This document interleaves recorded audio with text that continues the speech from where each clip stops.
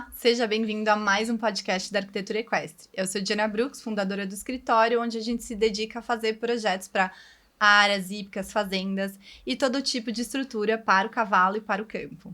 E eu sou Júlia Márcia, sócia e arquiteta líder dos projetos de Masterplan no escritório. Tem uma parte do cavalo que muitos proprietários observam todos os dias, mas poucos sabem realmente interpretar. E o mais curioso é que ela pode revelar problemas de manejo, alimentação, movimentação e até do ambiente onde o cavalo vive. Hoje a gente vai conversar sobre os cascos e o que eles estão tentando nos contar. Hoje a gente está aqui com a Amélia Nielsen, veterinária, especialista em reabilitação funcional de cascos e uma das profissionais que vem difundindo no Brasil a abordagem barefoot. Hoje a gente vai falar então sobre saúde, manejo, movimento, ambiente e como os cascos podem funcionar como um verdadeiro retrato da vida do cavalo. Seja muito bem-vinda, Amélia. Muito obrigada. E eu queria abrir também falando que você foi uma indicação de uma veterinária. Falou, olha, a Amélia tá fazendo mágica nos cascos dos cavalos. E tem uma cliente nossa, a Bit, que já veio, inclusive, no podcast. E ela falou que fazia e que fazia com você. Ela falou, olha, ela é maravilhosa. Que legal, fico feliz. Então... seja bem-vinda, a gente estava ansiosa para esse bate-papo acontecer por aqui. Eu também. Vamos lá. Vamos lá. Então, para começar, Amélia, a gente queria, enfim, entender até um pouquinho como que você entrou nesse universo equestre, né? Da onde que veio isso, se foi só após a formação, se veio de antes, e como que isso virou depois, né, o trabalho com os cascos, especialmente, assim. Sim, eu sou veterinária formada há 10 anos, né, e inicialmente eu queria a parte clínica, trabalhei muitos anos como clínica, em equipes, logo que eu me formei eu fui para o Canadá, fiquei 1 ano lá fazendo residência, cirurgia, anestesia, achava o máximo. Voltei para o Brasil, trabalhei com algumas equipes, decidi seguir autônoma, e aí eu tinha um paciente com um casco muito ruim, isso foi em 2021. E aí eu tentei algumas coisas, trocamos de ferradura algumas vezes e eu vi que era um problema que persistia. E eu gosto de coisas complicadas, né? E aí eu falei, não, mas deve ter algum jeito de resolver isso. E aí, por mais que eu fosse leiga em casco naquele momento, porque a gente aprende de casco na faculdade, mas é muito pouquinho mesmo, eu pensei, não acho que tenha uma solução a não ser tirar os ferros aqui. E fui atrás disso, né? E aí fiz vários cursos e fui trabalhando com essa área. E aí eu percebi também que no Brasil a gente tem muito pouco conhecimento da reabilitação funcional, de tirar ferro, de manter um cavalo sem ferro, né? Isso é mais comum na Europa, nos Estados Unidos, outros lugares. Aqui é um pouco tabu ainda esse tal de barefoot. E aí, de 2021 para cá, eu fui cada vez entrando mais nesse mundo, foram dando certo as reabilitações, e aí eu falei, bom, acho que agora eu vou me dedicar só a isso. E aí eu larguei a clínica e eu faço essa assessoria para clínicos e para proprietários. Então, pessoas com cascos com problemas, seja laminite, cancro, rachadura, eu entro aí com essa assistência. Muitas vezes eu casqueio, mas muitas vezes eu assisto o ferrador também para a gente conseguir mexer nesse casco. Legal. E aí você mencionou, né, esse paciente específico, né, esse caso. No fim, o que era o que estava causando? Você conseguiu chegar numa conclusão? Vocês conseguiram fazer a reabilitação desse animal em específico que você citou, que meio que virou a chave para você? Sim, inclusive eu vi ele hoje na Santo Amaro. Ele legal. É um cavalo muito especial para mim, porque ele foi o primeiro que eu tirei os ferros, né? Ele, na verdade, ele tinha uma atrofia muito séria e muita sensibilidade de casco, que a gente depois viu que não anda sozinho, né? Você sempre tem metabolismo e dieta associados. Acho que a gente vai falar um pouquinho mais disso mais pra frente. Mas a gente ajustou a dieta, melhorou o metabolismo dele e juntamente tirou os ferros. Ele ficou um tempo solto. E hoje em dia o casco dele é normal, né? Um casco com bulbo aberto, ele tem conforto, ele é um cavalo normal de esporte e ele já teve, assim, hematomas feios no casco, o bulbo fechado, infecções recorrentes. Teve até uma época em que ele estava com outro instrutor, diferente do que ele está agora, que queria voltar aos ferros, né? Porque ainda tem muita gente que não, tá meio assim, né? E aí voltou os ferros e ele já tava com casco bom. Mas passaram-se alguns meses e ele voltou a sentir. Então, ele é um cara que não gosta... O cara é o cavalo, né?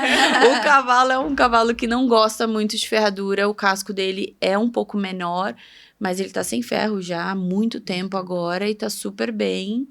E a gente não pretende voltar o ferro nele. Então, o caso dele, na verdade, era até mais simples. Era uma questão de atrofia mesmo. Tá. Não tinha um problema muito sério. Mas mudou a vida dele tirar o ferro. Mas é muito legal esse feedback do tipo, a gente tirou, Uhum. voltou e entendeu Sim. que realmente era a melhor abordagem, né? Achei Sim. incrível você ter esse feedback também, né? Sim. Ao longo desses Funcionou. anos, eu já tive alguns exemplos de voltar o ferro não funcionar e a gente voltar pro barefoot. E isso alguma vez partiu de você? Ou normalmente é sempre ou um treinador que fala, não, vamos voltar? Ou alguma vez você falou, não, esse cavalo precisa usar o ferro? Olha, eu acredito que todo cavalo pode ficar sem ferro, mas se eu tô vendo que a equipe ali envolvida, que o proprietário principalmente não tá muito afim, porque dá um trabalho manter um cavalo sem ferro, né? Você precisa olhar para o cavalo como um todo. Se você quer uma coisa simples, uma coisa muito fácil, chegar e montar e ir embora, aí realmente é melhor ficar de ferro. Então, acho que foram poucas as vezes que eu falei, não, precisamos pôr um ferro. Teve alguns casos de ter uma contaminação que ia muito alta e eu colocar ferro propositalmente por 1-2 meses pra gente poder abrir essa contaminação que ia bem alto, quase na coroa ali, porque eu não queria causar nenhuma alteração mecânica de movimentar um lado diferente do outro casco. Fica que nem um casco de vaca, às vezes, quando a gente tem essa broca muito alta. Então, foram 2 cavalos desde 2021 que eu falei, vamos pôr ferro por 1-2 meses. Mas fora isso, a ideia parte do treinador, do veterinário, do proprietário, quando as coisas complicam um pouco, porque quando a gente tira o ferro, a gente tá deixando o cavalo ali ao natural, né? Então, às vezes ele precisa de uma adaptação, não é todo mundo que entende, não é todo mundo que tem essa paciência, essa vontade, mas geralmente parte dos outros quando a gente volta o ferro. E quando você fala dá trabalho, o que é esse dá trabalho, né? Porque parece, às vezes, que é mais simples você deixar o cavalo sem o ferro do que com, né? E eu lembro que a Bitty também falou isso. Ela falou, ai, dá um trabalho, mas vale a pena. Sim, o trabalho vai além da limpeza do dia a dia, ficar de olho, porque tirar o ferro de um cavalo não é simplesmente arrancar a ferradura e vai seguir a vida normal. Inclusive, quando a gente tira essa ferradura nos primeiros momentos, os primeiros dias, as primeiras semanas, muita coisa muda nesse casco, né? Então, ele tá deixando de pisar numa estrutura de metal e ele vai apoiar o peso dele no casco dele, que é onde ele deve. E o cavalo, quando você tem o ferro, ele tem uma pisada mais por inteiro. A hora que você tira, ele precisa se readaptar. Com o ferro, eles têm atrofia, né? Em algum grau. Tem cavalos que vão atrofiar mais, tem cavalos que vão atrofiar menos. Porque o casco, ele é uma estrutura móvel, ele não é uma estrutura dura, fixa. Mas quando você diz atrofiar, é o próprio casco. É o próprio casco. Os bulbos, as estruturas moles vistas de trás, né? Que são as duas ondulações, os bulbos, que correspondem ao nosso calcanhar, e o casco em si. Então, esse cavalo, ele não vai usar... É a mesma coisa a gente parar de usar o nosso braço. Entendi. A gente vai perder músculo, a gente vai atrofiar. Então, quando você coloca uma ferradura, alguns cavalos vão ter mais atrofia, outros menos, né? Claro que isso também está relacionado a todo o metabolismo e a saúde. Mas o casco em si, ele sofre algum grau de atrofia, porque você vai diminuir essa circulação de sangue, tá? Entendi. O casco, ele é uma bomba de sangue, né? Tem até um ditado que diz que o cavalo tem 5 corações, 1 no peito e 4 nos cascos, né? Então, a ranilha, os talões, a hora que pisa, tudo isso pisou, o sangue, ele como se ele desaparecesse, entre aspas, saiu do chão, o sangue volta. Então, isso causa um bombeamento no casco. E isso é responsável por manter esse casco funcionando, a circulação indo e tudo mais, né? Então, quando a gente tira esse ferro, esse cavalo vai se readaptar. E aí, vai depender muito também do estado geral dele. A gente tem muitos cavalos com problemas metabólicos, resistência à insulina, uns assuntos que vêm sendo falados cada vez mais, mas ainda são desconhecidos. Cavalos comem muita ração, cavalos que se movimentam pouco. Então, e assim, o casco, a gente pensa, as pessoas tendem a lembrar do casco quando o cavalo tá ali trabalhando, saltando, correndo, fazendo esbarro. Mas e as outras 23 horas, 20 e tantas horas que o cavalo tá ali parado, pisando em cima, né? Então, tudo isso vai se readaptar. Então, voltando para a pergunta, além da parte de limpeza, manejo, a gente é obrigado, quando a gente tira o ferro, olhar para o cavalo como um todo. Porque se ele tem alguma coisa fora do lugar, o casco mostra. Se você tem um cavalo com casco fraco, um casco que racha, um casco muito deformado, um casco que quebra, que perde a ferradura, opa, tem alguma coisa que eu tenho que olhar para trás ali, para cima no caso, né? O metabolismo dele, a insulina dele pode estar desregulada, ele pode estar com uma dieta inadequada, pode ser uma cama suja, pode ser um mau manejo do casco, mas dá trabalho nesse sentido que você tem que sempre olhar para o cavalo como um todo, né? E o cavalo fica ali sem a proteção da ferradura, então ele vai te mostrar exatamente como ele está e o que ele está sentindo, e você é obrigado a olhar para isso. E assim, o que né, tô pensando, o que seria o mais surpreendente que dá para você olhando o casco, né, você perceber através só desse primeiro momento, vou fazer uma análise do cavalo, né, chego, vou dar uma analisada, pega lá, né, pé, mão, e o que você consegue diagnosticar, né, vamos dizer, naquele momento que você tá só nessa parte de análise?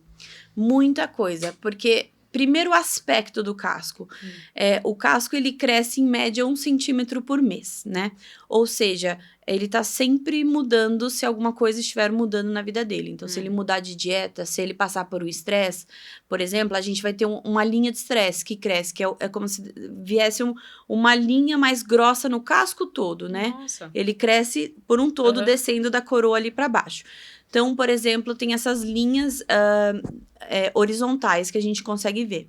Outra coisa são as linhas verticais, é como se o casco ficasse todo arranhadinho. Isso também indica uma deficiência, por exemplo, na dieta, né? Algo precisa ser visto de dieta e metabolismo com essas duas linhas só. Aí você tem outras coisas, você tem a deformação em si, então você pode ter um casco torto, você pode ter uma mão diferente da outra, que é o tal do high-low, que é bem comum. Você pode ver um casco quebradiço, às vezes o cavalo mesmo de ferradura, se eu olhar eu consigo ver se esse casco é saudável ou não. Se ele não for, geralmente embaixo você vai ver como se fosse, você vê algumas coisas infiltradas, que são as contaminações infiltradas. Você vai ver pedaços faltando desse casco. Você vai ver a coroa é a junção da pele com o casco. Você vai ver se ela tá ressecada, se ela tá saltada, se os pelinhos estão em pé, se eles estão deitados, né? A gente quer uma coroa suave, a gente quer uma coroa mais ou menos reta.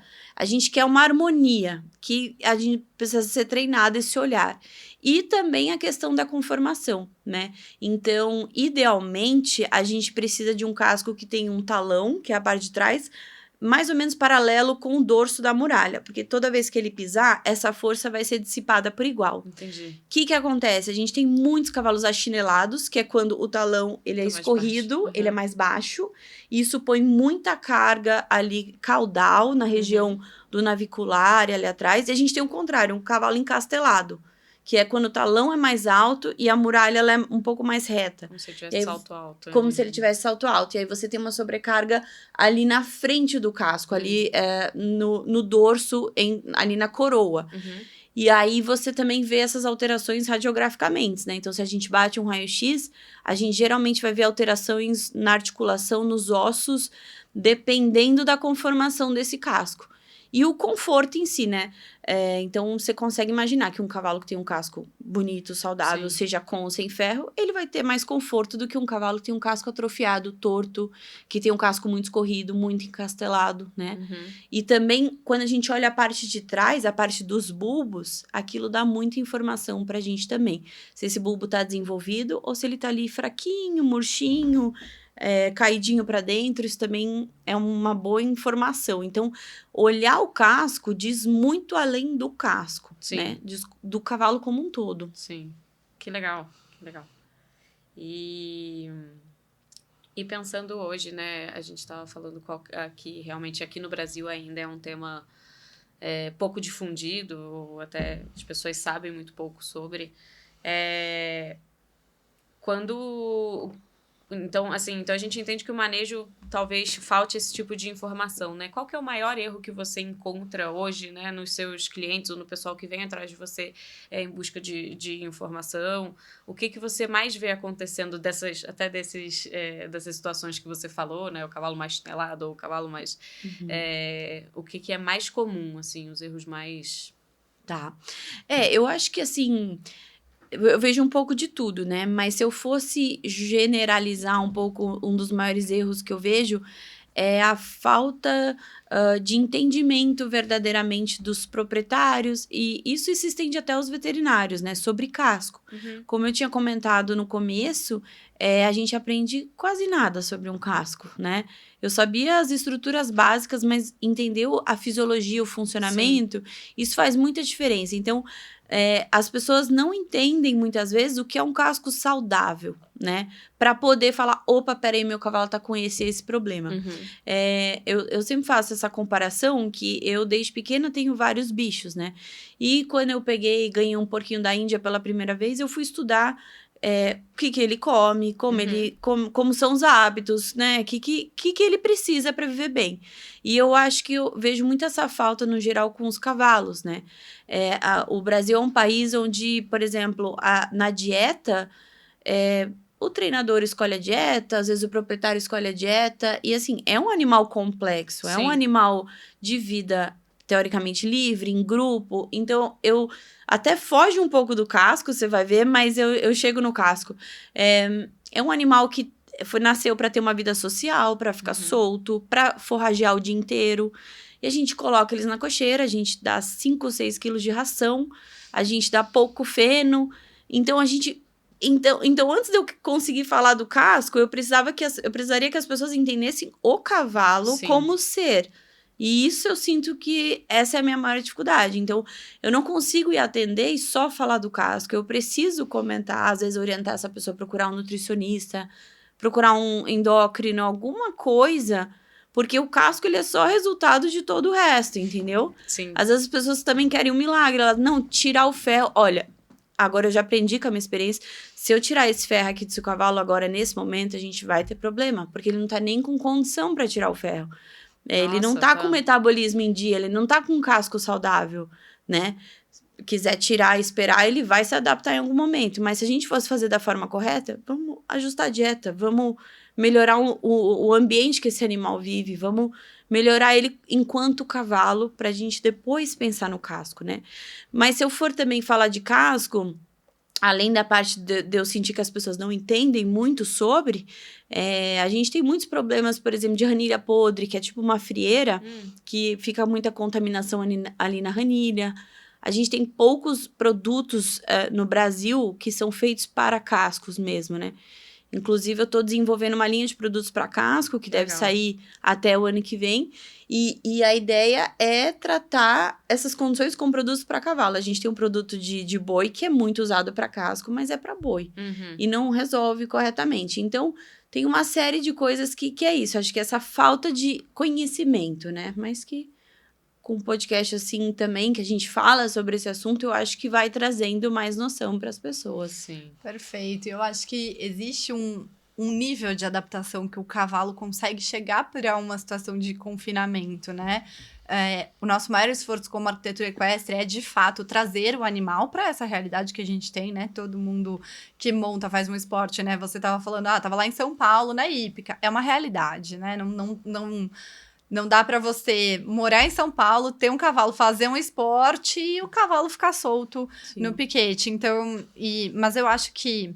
E até conversando com outros veterinários, né? Uma vez já veio aqui o Thiago, que é especialista no sono do cavalo. Então, a gente entende que o cavalo ele faz algumas adaptações, né? Do que é a sua realidade para a realidade do confinamento. Mas muitas vezes a que custo ele consegue fazer essas adaptações e quais são as verdadeiras consequências ou impactos disso. E foi até curioso você falar, né? Que a gente tem que olhar para a natureza do cavalo. Teve um podcast onde eu falei sobre ferrageamento. E nesse podcast eu falei sobre o barulho, né? O quão sensível os animais são a um barulho, né, da pessoa estar lá ferrando o cavalo. E que muitas vezes na arquitetura a gente distancia esse espaço que vai ter um barulho, né, um som alto, que o cavalo não tá acostumado na natureza, né? E pelo instinto dele, muitas vezes ele nem sabe sobre o que é. E o pessoal que ferra cavalo ficou muito pé da vida, falou, pô, você tá falando que, né, que ferrar o cavalo vai prejudicar, o cavalo se adaptou, o cavalo escuta barulho o dia inteiro. E não é bem assim, né? Não é necessariamente isso, né? Existem adaptações. Teve até uma pessoa que falou, tem um cavalo que dorme enquanto eu tô ferrando o cavalo. Tudo bem, tem pessoas que dormem no avião. A que custo, né? O quão você consegue ficar descansado, ou até... o som, ele vem diferente para diferentes pessoas e diferentes animais, né? Cada um se comporta de uma maneira. Então, acho que, enfim, só finalizando aí o tema sobre essa adaptação que os animais fazem e a falta de conscientização que o mercado ainda tem sobre isso. E acho que o ponto do podcast é exatamente esse, levar a conscientização para um público que usa o cavalo é uma realidade, e quanto mais conhecimento a gente conseguir disseminar, para que as pessoas possam olhar para mais lugares, né? Acho que é essa a missão, no final das contas. E falando sobre, né, mitos e, né, que existem muitos no mercado, quando a gente fala em barefoot, o que você acha que é o maior equívoco que as pessoas costumam cometer quando elas são leigas ou ainda não entendem muito bem do assunto?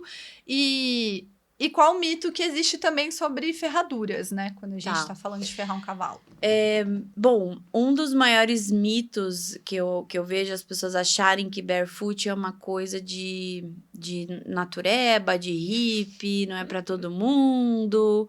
Eu já me acostumei, não é uma coisa que me abala, mas é uma coisa que é a realidade, é essa cultura do Brasil, né? E eu, inclusive, até trazendo o que você trouxe agora, eu trabalho muito com cavalo atleta, né? Não é só de gente que pega um cavalo e quer cuidar bem. Não, eu tenho cavalos na hípica que às vezes não vem em piquete, mas a gente consegue melhorar a vida deles fazendo a reabilitação de casco. É que é muito importante a gente sempre trazer esse olhar do cavalo como um todo, né? Isso é a base fundamental. Mas as pessoas têm muito essa ideia de que barefoot já passou um pouco essa fase até da invenção de moda, não sei o quê. Não, gente, o cavalo nasce sem ferradura, o cavalo fica até os seus 3, 4 anos sem ferradura, aí a gente vai domar esse animal e a gente ferra as mãos. E aí eu pergunto, por quê? Tem algum motivo? Tem alguma indicação clínica? Esse cavalo, não, ele vai começar a andar em pedra, ele vai começar a ir para piso. Tudo bem, eu tenho vários pacientes sem ferraduras que andam em cimento, que andam em pedra, que andam na rua, que andam em todos os tipos de piso. Isso não é um problema. O casco é uma estrutura feita para todos os tipos de piso, né? Inclusive, o cavalo descende dessas regiões áridas, de muita areia, de muita pedra. Então, os cascos, se vocês forem pesquisar de cavalo selvagem, são uma estrutura maravilhosa e super bem adaptada, né? Então, a gente que vai lá e põe o ferro. E aí, as pessoas não se perguntam muito por que eu tô ferrando o meu cavalo, né? É uma questão de hábito. A gente tem esse hábito. Assim, né? Sempre foi assim, vou fazer assim, né? E aí, eu sinto que a ferradura, ela entra muito nesse lugar, né? E ela é prática. É muito mais fácil você ter um cavalo com ferro, por todos esses motivos que a gente falou agora, né? O cavalo, ele acaba pisando com menos noção do ambiente. Então, ele pisa em tudo. Um cavalo sem ferro, às vezes, ele vai ser mais cuidadoso. Ele vai realmente te mostrar o que tá acontecendo. Ele tá sentindo tudo. A própria percepção dele tá no 100% aguçada ali, né? Então, eu acho que a ferradura, ela é muito tradição, né? E a gente tem, às vezes, muito também pessoas envolvidas no meio do cavalo, não todos, mas alguns ferradores muito cabeça fechada também, que sempre fizeram assim, aprenderam assim e não estão dispostos a abrir a cabeça e mudar, e entender que existem outras formas, né? E é o que eu tento falar para as pessoas também. Gente, eu trabalho com cavalos de competição de alto nível, então não é só o pet de alguém, não é um experimento que eu estou fazendo. Não sou uma hippie doida, entendeu? Tem ciência por trás, né? É só a gente olhar, por exemplo, os melhores cavalos do mundo na atualidade, United Touch, que tá ganhando prova atrás de prova, ele é do salto, né? Ele é um cavalo que, na maioria da sua vida, ele fica sem ferro. Ele usou ferro agora para uma prova na grama, que é outra questão, que daí você põe um rampão e tal. Mas ele é um cavalo que vive sem ferraduras. King Edward foi um grande nome que a gente teve, que ganhou Olimpíadas e tudo mais. Então, a gente tem os cavalos, né, na minha área, que é majoritariamente salto, no topo da performance, a gente está falando de Olimpíada, dos eventos maiores, os cavalos, os melhores, e dentre eles, muitos sem ferradura, né? Então, tem alguma coisa aí, né? Perfeito. Eu acho que o questionamento não é nem se o cavalo atleta de alta performance pode ficar sem ferradura, mas quais são os benefícios de um cavalo atleta de alta performance ficar sem ferradura? Olha, vou falar um pouco do salto, mas isso pode se aplicar para as diferentes modalidades, né? Que é a área que eu mais trabalho. Quando você tem um cavalo sem ferro, você tem um cavalo mais consciente de onde ele pisa, né? Você tem um cavalo que ele vai, se tiver conforto, tudo certo, vai se receber de maneira certa. Então, usando os cascos de maneira certa, longevidade, saúde, você vai ter um cavalo mais saudável por mais tempo, né? Se você tem um cavalo com essas estruturas desenvolvidas e tal, você vai ter, por exemplo, um navicular mais protegido, as falanges dentro do casco mais alinhadas. Com isso, você tem um animal mais saudável, menos predisposto a ter lesões, por exemplo. E já saiu alguns estudos europeus de que cavalos sem ferradura mancam menos a longo prazo do que cavalos com ferradura. Isso já é comprovado, né? Você tem menos risco de lesão. Quando esse animal se recebe, seja de um salto, seja de algum impacto, quando você tem um cavalo sem ferradura, essa força se dissipa até lá em cima. Quando você tem um cavalo com ferradura, essa força ela para no boleto. Então, você acaba tendo muita força agindo ali embaixo, né? Pensando numa curva, um cavalo consegue fazer melhor essa curva, porque como ele não tem um casco atrofiado, ele tem um casco aberto, redondo, nas mãos, como deve ser, por exemplo. O pé já tem um formato um pouco mais diferente. Ele tem esse apoio látero-medial melhor. Então, para fazer uma curva, ele tem mais gripe, né? Mais arranque do chão. Quando você tem um cavalo com ferro e muito atrofiado, esse casco ele fica um copinho. Então, virar também não fica tão fácil, né? Então, tem toda essa questão do conforto, da pisada do animal em si, o que também, se a gente pensar, vai impactar na musculatura dele e na postura dele. Se você tem um cavalo confortável nos próprios cascos, ele vai muscular melhor, ele vai sentir menos dor, porque todo atleta vai sentir algum nível de dor. A gente tem muitos cavalos com dor crônica, e muitos cavalos com dor crônica no casco também. Tem até um triângulo que eu costumo comentar, que se o cavalo tem dor nas mãos, por exemplo, ele tem os cascos atrofiados, ele vai tensionar a mandíbula, ele vai ter dor na face, ele pode, na ATM, ele pode ter problema de dente, e ele vai tensionar a coluna. Então, você tem esse triângulo de dor também. Nossa. Então, quando a gente tem um cavalo sem ferro, a gente naturalmente tem um cavalo mais confortável. Se você tiver um cavalo metabolicamente ok. Se você tira as ferraduras, tira demais o casco, né? Que aí entra na técnica do casqueamento, que também é um problema aqui. Eu ouço muitas pessoas falarem, mas barefoot não deu certo, não dá certo. Porque talvez sua técnica de casqueamento tenha sido muito invasiva. Um cavalo sem ferro, ele já se desgasta naturalmente. Então, você não vai chegar lá e cortar um monte de coisa fora. Você tem que saber o que você tira, você tem que saber distribuir as forças ali, né? Então, são muitos pontos positivos, eu diria. Acredito que sim, por tudo que você falou aí, e até curiosidades, né? Coisas que a gente nem imagina, né? E você diria, Amélia, que todo cavalo pode ficar sem ferradura? Ou tem alguns casos que você fala, não, nesse caso aqui a gente vai precisar da ferradura? Essa é uma coisa que eu já ouvi muitas pessoas falarem, mas não é para todo mundo. Eu acredito que é para todo mundo, só que não é para todo manejo, não é para todo proprietário, não é para todo sistema, né? Porque tudo isso que a gente falou, não é só tirar o ferro e tchau. Tem trabalho, tem que olhar diariamente para esse animal, tem que ter esse cuidado, tem que saber o que está fazendo, né? Mas eu acredito sim, dentro de todas as condições patológicas que um animal pode ter, inclusive um tema até um pouco polêmico, né? Mas a laminite, por exemplo, a gente tem muito hábito de colocar várias ferraduras e tudo mais. E não tô dizendo que não funcione, mas Eu tive contato recentemente com um endocrinologista, que é um dos líderes de estudar laminite, né? Um francês. E ele trabalha nos Estados Unidos, contratado lá num centro de estudo de laminites, né? Então, assim, a gente tá falando da ciência de ponta ali, das coisas mais recentes. E ele veio para o Brasil e aí os fiadores perguntaram, qual ferro que você usa? O que você indica nos pacientes? Ele falou, eu não coloco ferro, eu deixo esse cavalo numa cama bem alta de areia enquanto eu tô tratando a laminite, né? Então, assim, as coisas estão mudando. Esse olhar para o casco e para a reabilitação estão mudando, né? Então, é meio por aí, assim. Tem coisas que a gente achava que era o certo, que era o normal, mas que hoje em dia a gente vê que tem outros caminhos, né? É muito interessante, né?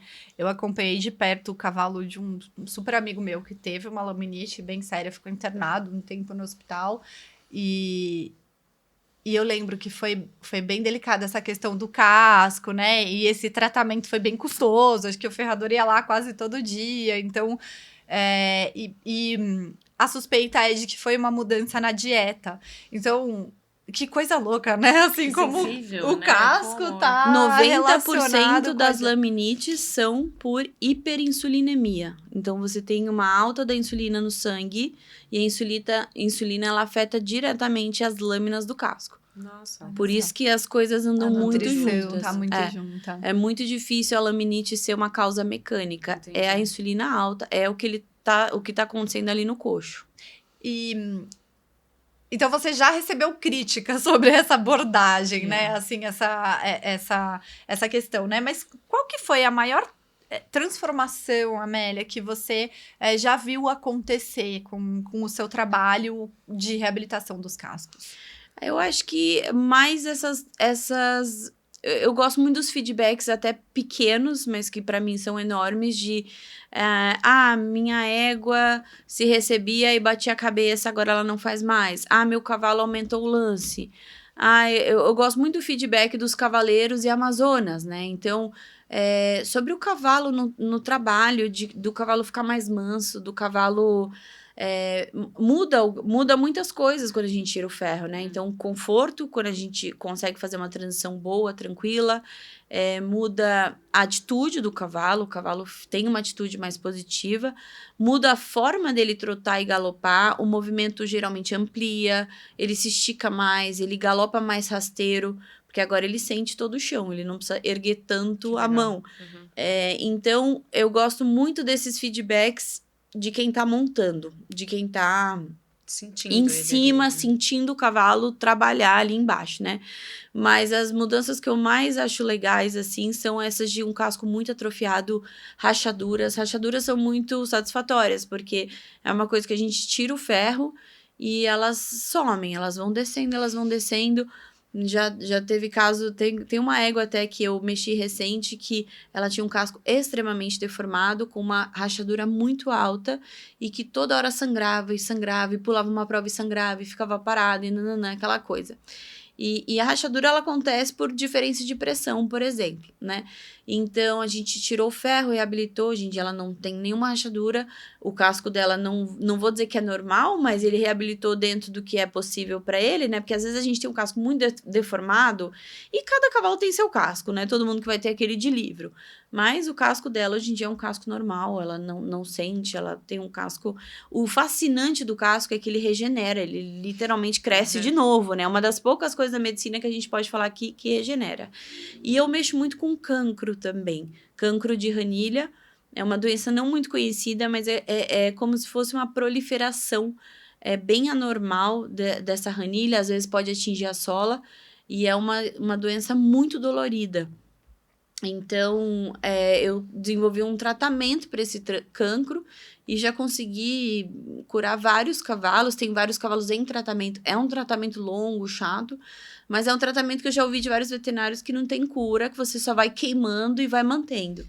E na verdade que a gente tem cura. Tipo, já vi de tudo, de jogar Até, sei lá, óleo quente, coisa quente. Pode ser, deve ser isso mesmo. Assim, a gente tem várias coisas que dá pra fazer pra queimar e isso tudo aí. mais, mas o cancro, né, ele vem da palavra câncer, né, ele não é verdadeiramente um câncer, mas ele quando você faz uma análise na lâmina, você vai ver bactéria, fungo, Tá. até papilomavírus bovino, é uma mutação que acontece ali, esse tecido cresce totalmente normal. Uhum, Então, você queimar, você só tá barrando o problema por um pouquinho. entendi. Porque ele vem de lá de dentro. Então, às vezes, a gente precisa tratar esse cavalo de forma sistêmica ou, geralmente, só tópica e um bom casqueamento também ao longo de vários meses, porque é um tratamento longo, a gente consegue melhorar e quase zerar essa contaminação, né? Então, é uma coisa bem bacana também. Que eu já ouvi muito falarem que não tem jeito, não tem solução. E tem sim. E até uma dúvida, né?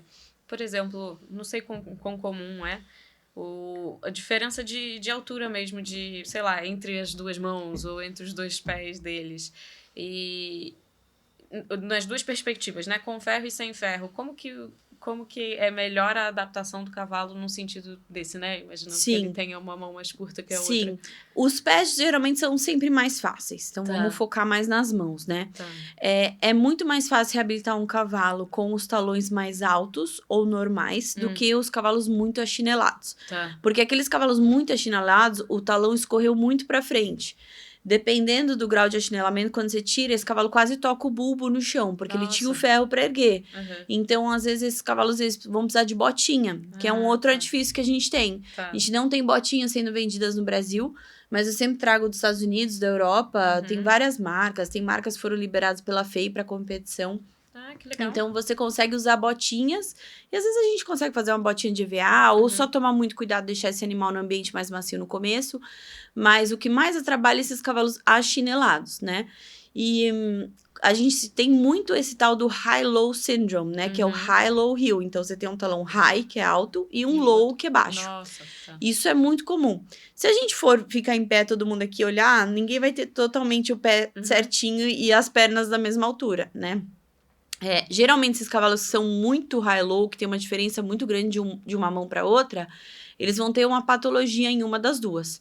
E aí também tem a ver com a posição que eles comem. Então, geralmente, o cavalo que come, por exemplo, com a mão direita para trás, ele vai tender a ser mais encastelado nessa mão e a chinelar mais essa, tá? Então, é muito interessante observar a maneira que esse cavalo come. Isso pode ser fisiológico, né? Eles nunca vão ser milimetricamente iguais, mas quando a gente tem isso muito acentuado, a gente geralmente vai ter uma alteração de navicular em uma das mãos, alguma coisa assim. E quando a gente tira o ferro, geralmente a mão mais encastelada, ela fica mais alta, mas a mão que é mais achinelada, ela volta a ganhar altura, porque você volta a acionar esse talão, né? Tá. Então, esses cavalos achinelados, o talão é como se eles tivessem perdido a função deles. E é uma função muito importante.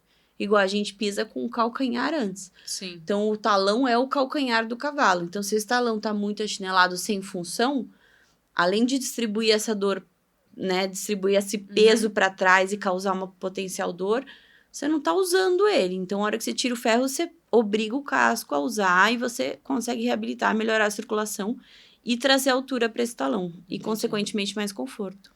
Tá interessante, você falou da posição que o cavalo come. Existe algum... Né, trazendo um pouco para a arquitetura. Existe algum tipo de coxo, algum modelo de servir esse alimento para o cavalo que induza ele a ficar numa postura mais correta ou é ao contrário, né? Assim, ou ele só nos mostra o que está errado já fisiologicamente, vamos dizer. Isso é um assunto até polêmico, né? Porque tem gente que põe a comida lá muito no alto, tem comida no meio e comida no baixo, né? Eu, assim, não tenho 100% domínio de qual que é o melhor lugar.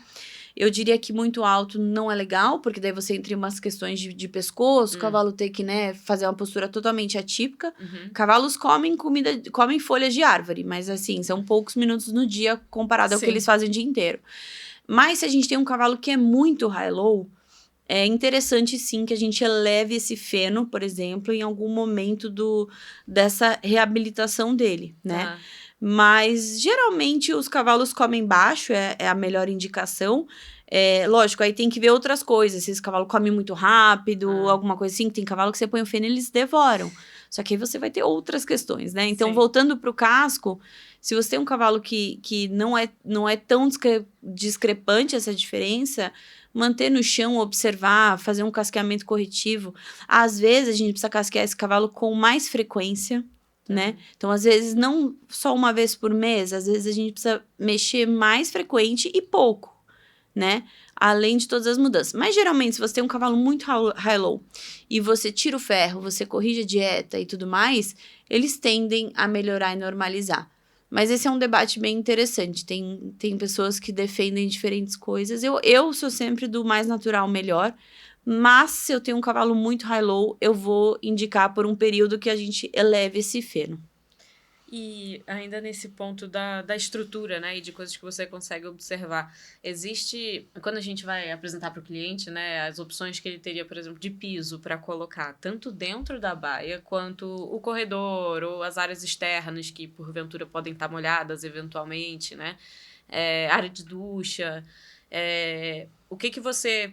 Hoje, olhando assim, né, no mercado, o que você indica tanto para dentro de baia, quanto para o corredor externo e para essas áreas? E o que você não indica desse ponto de vista do casco mesmo, né? Não necessariamente só, vai escorregar, mas das saúde. consequências que isso pode trazer para a saúde do casco, né? Olha, sinceramente, eu não indico o que escorrega, porque motivos óbvios. Sim. E se você tem um cavalo sem ferro, você também pode ter esse fator escorregar. Mas o cavalo precisa ser estimulado a diferentes pisos. Então, se você quiser pôr um piso mais emborrachado, um piso de cimento, um piso de concreto, um piso de pedra, se você tem um casco legal, ele vai aguentar pisar em absolutamente tudo. Eu Né? tenho uma dúvida. Você falou sobre escorregar. O cavalo sem a ferradura, ele escorrega mais ou menos? Ou assim, se for um porcelanato, acho que nenhum deles tem vai chance. parar, né? Mas ele escorrega menos. Ele escorrega menos. Porque Menos ele tem mais, aderência. ele tem Olha só, mais uma aderência. vantagem.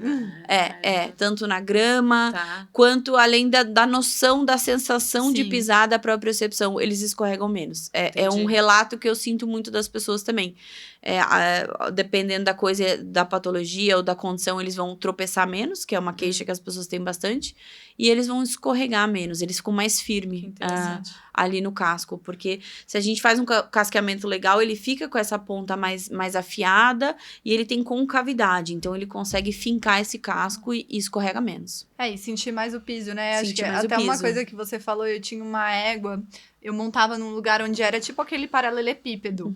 E a pista era mais alta e a cocheira era mais baixa. E às vezes eu ia descendo com ela, eu nunca descia montada, porque eu morria de medo de algum dia ela escorregar. Mas assim, várias vezes ela dava uma derrapada e eu falava, gente, o ferro nessa pedra escorrega muito. E eu sempre fiquei pensando, talvez se ela tivesse assim, ela escorregasse menos. E de fato, eu acho que porque o ferro, ele me parece ser mais escorregadio também do que a superfície do casco. É uma coisa lisa ali, né? Não tem muito o que falar. Você trouxe uma coisa que é interessante, que eu tenho algumas observações sobre o paralelepípedo.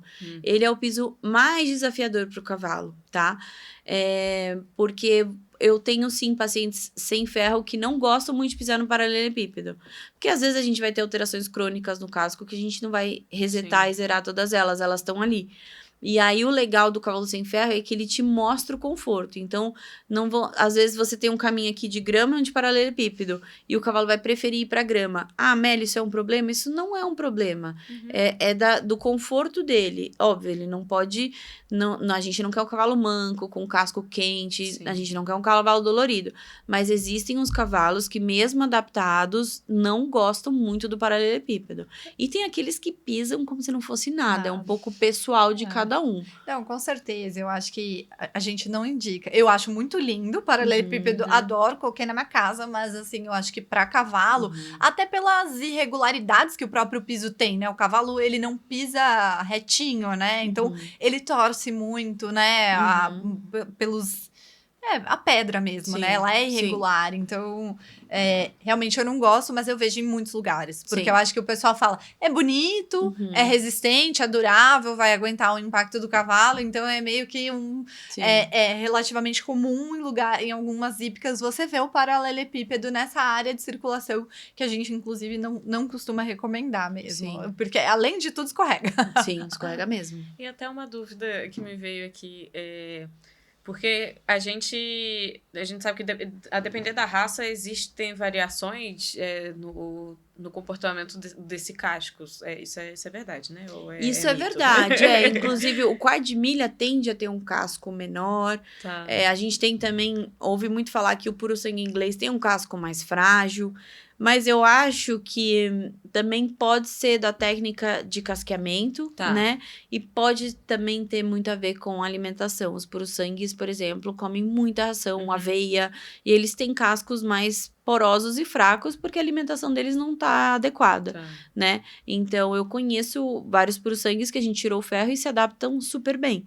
Mas tem essa tendência de ter um casco mais fraco, o quarto de milha um casco menor. Tá. Ouço muito do manga larga também, que os cascos são mais frágeis, menores, mas eu sei que também tem Do manejo, muita né? coisa sobre o manejo aí no manga larga.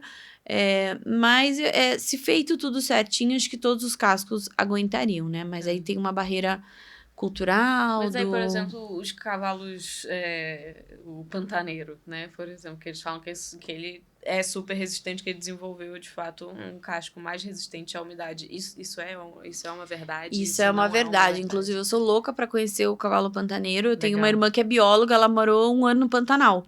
E eu até fazia umas assessorias pra ela e o veterinário sobre os cavalos lá. E os cavalos com 6 meses na água, 6 meses na terra. É chocante. É chocante. E o casco se adapta. E aí tem a questão também que eles vivem soltos, eles têm Sim. diferentes tipos de forragem. Então, eles têm esse metabolismo bem bacana, que é o que garante um casco que aguente, que se adapte. Entendi. Mas o cavalo pantaneiro é fascinante, fascinante. Então Sou é doida pra verdade conhecer. mesmo. Aham, Então é sim. verdade mesmo. Sim, os cascos se adaptam. Eles se adaptam. Que legal. Se for muito úmido, se for muito seco.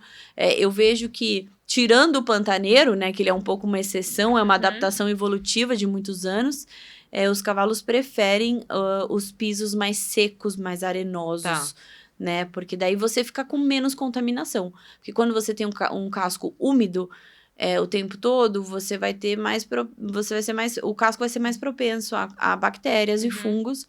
E eles têm o casco contaminado, eles pisam no xixi, eles pisam no cocô, eles estão diretamente em contato com a sujeira, né? Sim. Então, um casco mais úmido, que não tem a chance de secar nos nossos cavalos convencionais, seja BH, manga larga, lusitano, o que for, eles se dão melhor nas épocas secas. As épocas úmidas são as épocas que mais aparecem os problemas, mais aparecem as contaminações. E até embalando nessa questão da umidade, né? Existe algum tipo de cama que você costuma relacionar algum tipo, assim, putz, isso aqui para dar problema é mais fácil? Ou esse aqui também funciona melhor? O que você tem visto? Porque volta e meia a gente ouve, né, dos nossos clientes. Esse aqui resseca o casco do meu cavalo. Se eu usar só areia, vai ressecar. E se eu usar XYZ... Isso é um assunto que eu adoro também. Esse papo de ressecado, casco ressecado, o casco... O ressecamento do casco tem a ver com o ambiente, mas muito pouco. Tem a ver com coxo, de novo. Olha. Muita coisa tem a ver com a dieta. As pessoas sempre perguntam, qual graxa você indica? E, na verdade, quando eu tenho meus cavalos barefoot, meus pacientes muito bem adaptados, a gente não passa nada, a não ser produtos de limpeza ali, de contaminação, controle do dia a dia. Porque a graxa, ela vai dar um toque lindo pro casco, vai ficar bonito.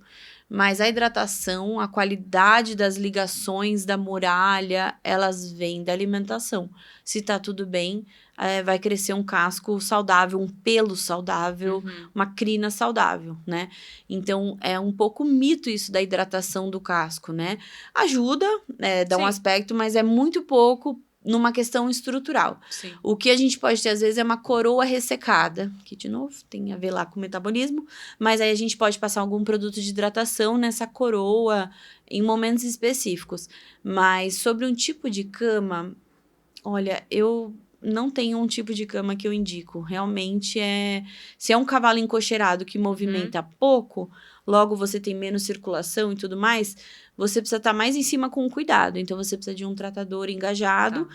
E não só o tratador, né? Porque é muito fácil a gente deixar na mão do tratador. Tipo, não tá limpando o pé do cavalo. Sim, é a função dele. Mas acho que como proprietário, treinador, aquilo que a gente tava falando no começo, se envolvam mais, entendam um casco, peguem, levantem, limpem vocês, vê se tá com cheiro, vê se tá com aspecto saudável, né?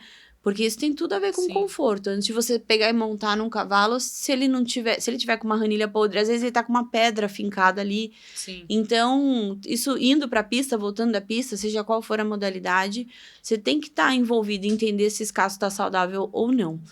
Então, piso, acho que todo tipo de piso, todo tipo de cama vai um pouco além disso. É muito fácil falar, mas a cama, lógico, uma cama úmida, Sim. cheia de cocô, você só vai ter problema. Mas partindo de uma cama limpa, qualquer cama funciona. Que show. Legal. E agora falando em relação à movimentação do cavalo, né? Então, um cavalo com piquete, um cavalo sem piquete, né? Qual que seria essa relação entre o quanto o cavalo tem acesso a áreas de circulação, ao trabalho, né, no dia a dia, com a saúde dos cascos? Quanto mais andar, mais estimular, melhor. Mesma coisa, quanto mais exercício você fizer, mais força, músculo e vitalidade você vai ter. Isso se aplica aos cascos também, né? Então, quanto mais esse cavalo movimentar, melhor. Mas, como a gente falou, vocês até falaram, não é todo mundo que vai conseguir ter um cavalo solto no piquete. Eu já fiz transições de cavalos em hípicas que não tinham piquete. Era da cocheira para pista, da pista para cocheira. Então, essa expansão do casco numa reabilitação, ela é menor, mas ela acontece, né? Então, é aquilo, quanto mais sair, mais natural ele for, melhor é pro casco, o casco vai ficar mais forte, ele vai se desgastar mais sozinho, você vai ter menos correções na hora do casqueamento, mas também existe o cenário que a gente vê que é muito comum do cavalo não ter esse acesso a piquete, infelizmente. E é uma coisa que eu consigo reabilitar um casco e garantir um pouquinho mais de qualidade de vida, mesmo sem essa movimentação. Mas quanto mais, melhor. Perfeito. E o que você gostaria que todo proprietário soubesse sobre o casco do seu cavalo? Eu acho que todo proprietário deveria entender um casco saudável, né? Entender o que é um casco livre de contaminação e quais que são os sinais de que tem alguma coisa errada. Então, realmente estudar, pegar livros, pegar referências, entender. Não é uma ciência do outro mundo, né? Não é todo mundo que gosta de casco, mas é uma coisa bem interessante e muito relevante para a saúde como um todo. Não é um detalhezinho, é um detalhezão. É um detalhe bem importante. Existe algum sinal, Amélia, que você estava falando, você até falou das linhas, né? Existe algum, porque se o casco tá todo torto, né? Enfim, né? Provavelmente essa pessoa vai conseguir avaliar. Sim. Mas existe algum sinal que ele provavelmente não passa pela percepção de uma pessoa que tá avaliando ali, que quando você bate o olho, você sabe que tem alguma coisa errada.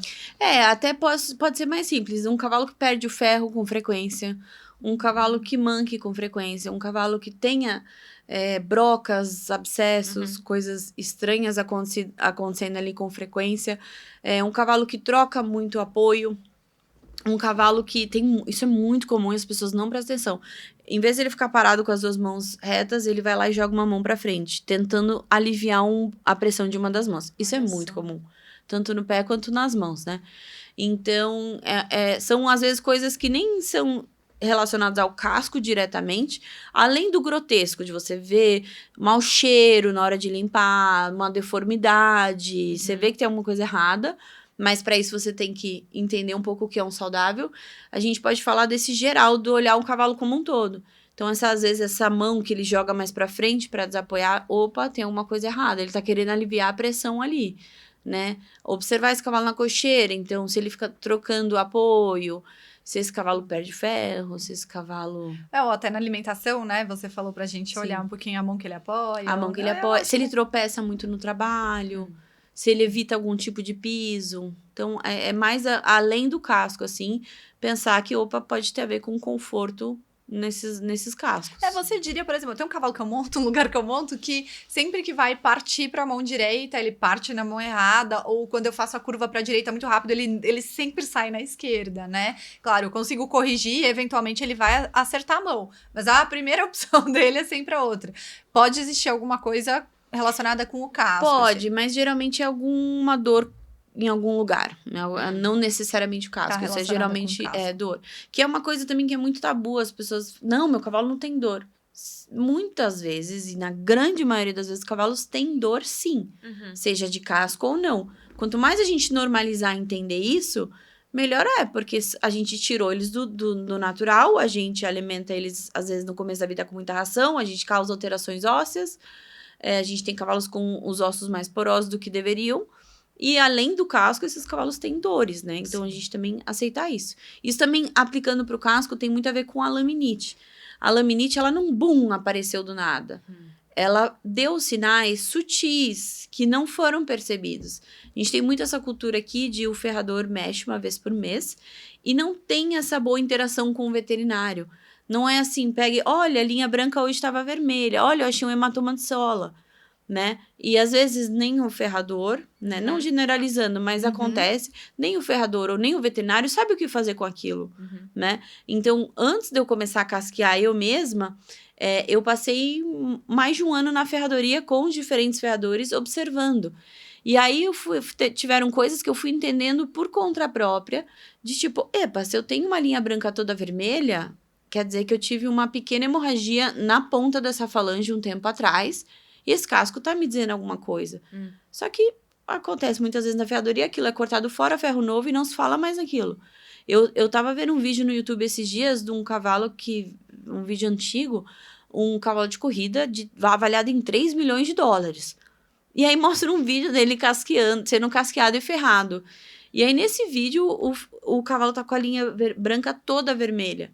Hematoma na linha branca. E o ferrador só fala, tem um pouquinho de hematoma aqui, corta. E eu fiquei, gente, é o cavalo de 3 milhões de dólares, ninguém vai falar que ele tá com um sinal de alguma inflamação, porque é uma inflamação. Então, às vezes, a gente tem sinais ali no casco, na hora do casqueamento, na hora que a faca corta ali, que você vê algumas coisas que vão passando, não são comentadas. Não compartilha essa informação, né? E o casco, ele te diz antes de um problema, é o que eu falo, a não ser que esse cavalo escapuliu, comeu 3 sacos de ração, e de fato deu, o casco te dá sinais. Isso é muito interessante, né? Ele te dá sinais do que aconteceu ontem. Mas se você souber interpretar, você pode evitar muitos problemas de continuarem. É muito legal isso, né? E eu acho que o ponto é esse, né? Talvez se esse cara que tava ferrando o cavalo, ele tivesse noção, né, da importância disso, talvez ele avaliaria, ou até que mais veterinários e ferradores tivessem essa troca mesmo, né? Porque, de fato, é a pessoa que tá ali de perto e vai perceber esses pontos que você falou, né? Às vezes tem um mau cheiro, às vezes tem alguma alteração, teve algum ponto. Exatamente. Tão rica e tão importante essa troca, mas na correria das coisas. E tem muita questão do veterinário também, um pouco essa arrogância de põe esse ferro e faça isso. Não tem essa troca com o ferrador. E ao mesmo tempo, é isso. Os dois lados, é difícil eles se comunicarem, se conversarem. E eu acho que falta muito dos dois lados essa vontade de estudar, entender e ir atrás, porque eu também vejo que falta muito esse conhecimento mais técnico, mais fisiológico, né? Sim. A gente vê também que existem muitas verdades absolutas do mundo do cavalo. Isso é perigoso. E muitas pessoas que têm essas verdades e têm uma certa resistência a olhar para outros lugares e falar, poxa, fazia assim, vou corrigir a minha rota, sabe? Então existe uma certa resistência ainda. Acho que muitas pessoas na vida, né? Em todos os mercados aí, mas o mercado que a gente tá olhando é o do cavalo, né? Sim. Realmente é. E aí, Amélia, pra gente encerrar, pra gente ir encerrando, a gente vai fazer o último bloco, que seria um jogo rápido. Então, é basicamente um resumo de tudo que a gente falou aqui, mas aí eu vou te soltar a pergunta e aí a gente tenta responder em poucas palavras. Tá. Então, um mito sobre cascos. de que o casco branco ele é mais fraco em comparação ao casco escuro. Isso é uma coisa que eu ouço bastante, Olha mas só, não tem nada a ver. não tem nada a ver. Às vezes parece coincidência, realmente o casco branco ele aparenta mais, mas fica uma frase meio longa, né? Não, mas não tem problema. Não tem é porque eu também É uma fiquei- informaçãozinha. Daí já puxei já. Um mito sobre ferraduras agora. De que elas são absolutamente necessárias. Ótimo. Um erro muito comum dos proprietários. Não se engajarem o suficiente, não entender um casco como ele deveria ser. Um piso que te preocupa. Porcelanato? Ótimo. Barefoot em uma palavra. Ciência, natureza. Legal. Uma coisa que o casco nunca mente. É sobre o estado geral desse bicho por dentro. Metabolismo e dieta. Não mente. E uma última pergunta. O casco percebe a arquitetura? Percebe. E se ele estiver bem equilibrado, ele vai aguentar qualquer uma. Mas Legal. ele percebe, sim. Show. Maravilha. Queria te agradecer a disponibilidade aí, né? Gravidinha, barrigão trabalhando ainda, gravando podcast. Sim. Então, agradecer, parabenizar Obrigada. e também pelo pouquinho que você falou antes da gente começar aqui. Falou, poxa, eu tô indo, tô trabalhando e Vida tal. normal, de por barrigão, enfim, são poucas mulheres também que se aventuram a estar aí, porque cavalo é um bicho bravo, né? Até eu tava falando, tenho medo de pegar no pé pra limpar, então Mas parabéns isso é pela sua muito, coragem isso é aí. muito legal. Essa parte da gente tava falando das mulheres, né? No cenário Brasil, mulher mexer com casco é quase inexistente. E eu achava no começo, eu me frustrava muito, porque eu falava, eu não vou aguentar. Eu já tava no primeiro casco, pingando suor, não vou aguentar. Mas é uma questão de você condicionar seu corpo. Então, hoje em dia, eu casqueio qualquer cavalo. Inclusive, eu pego cavalos traumatizados, né? Olha. Nesse momento da minha vida agora, com essa barriga aqui, eu tô com mais cuidado. Mas já peguei muitos cavalos traumatizados de ferrador, que era um pouco agressivo e tudo mais, e o cavalo tem medo. E aí mostra que cavalo não é força, é jeito, né? Então a mulherada dá conta, assim, de Sim. casquear e de lidar com cavalos de formas diferentes dos homens. A gente tem essa visão mais cuidadosa, mais né? sensível, né? Eu Exato. concordo. E eles são seres extremamente Exato. sensíveis. Eu acho que é o ponto que você falou, não é força, é jeito. Né? Exatamente. Mas enfim, parabéns pelo seu Obrigada. trabalho. Agradeço novamente por estar aqui com a gente, por todo o conteúdo compartilhado.